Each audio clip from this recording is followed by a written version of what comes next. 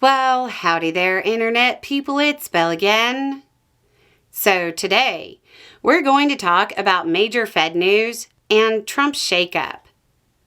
Since its creation more than a century ago, the Federal Reserve has been independent of partisan influence. For 111 years, monetary policy in the U.S. was insulated from politicians. Humpty Dumpty has been pushed. Fed independence has ended. Monday night, Stephen Myron, who is one of President Donald Trump's top economic advisors, was confirmed by the Senate by a vote of 48 to 47. He is now sitting on the Federal Reserve's Board of Governors. He will not resign his position as a White House economic advisor, but will reportedly be on unpaid leave. This is the first time in history somebody on the Board of Governors is also an employee of the White House.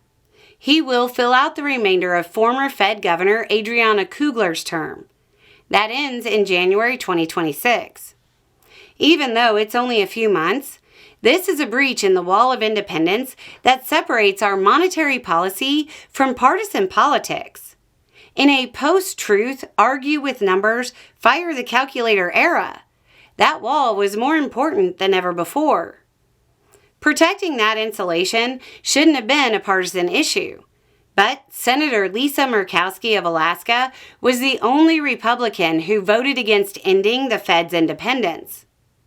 In other news, the mortgage fraud allegations against Fed Governor Lisa Cook continue to unravel.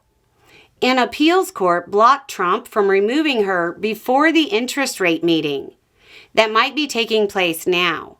I'm not sure when this video will go out. But beyond that, Reuters is reporting that the tax authorities in Ann Arbor, Michigan are saying she didn't break the rules. Then there's her NSP paperwork, which is a form you fill out for national security positions. Shows her identify the Georgia property as a second home.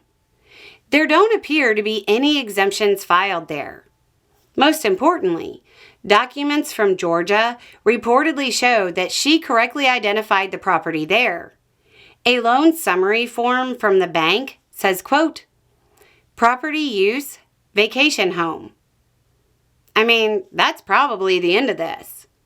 So, it seems likely that Cook won't be ousted, but the Fed's independence is going to be seriously undermined, which will create uncertainty about the Fed's decision-making. Whether it's warranted or not, people will wonder whether decisions are data-driven or partisan.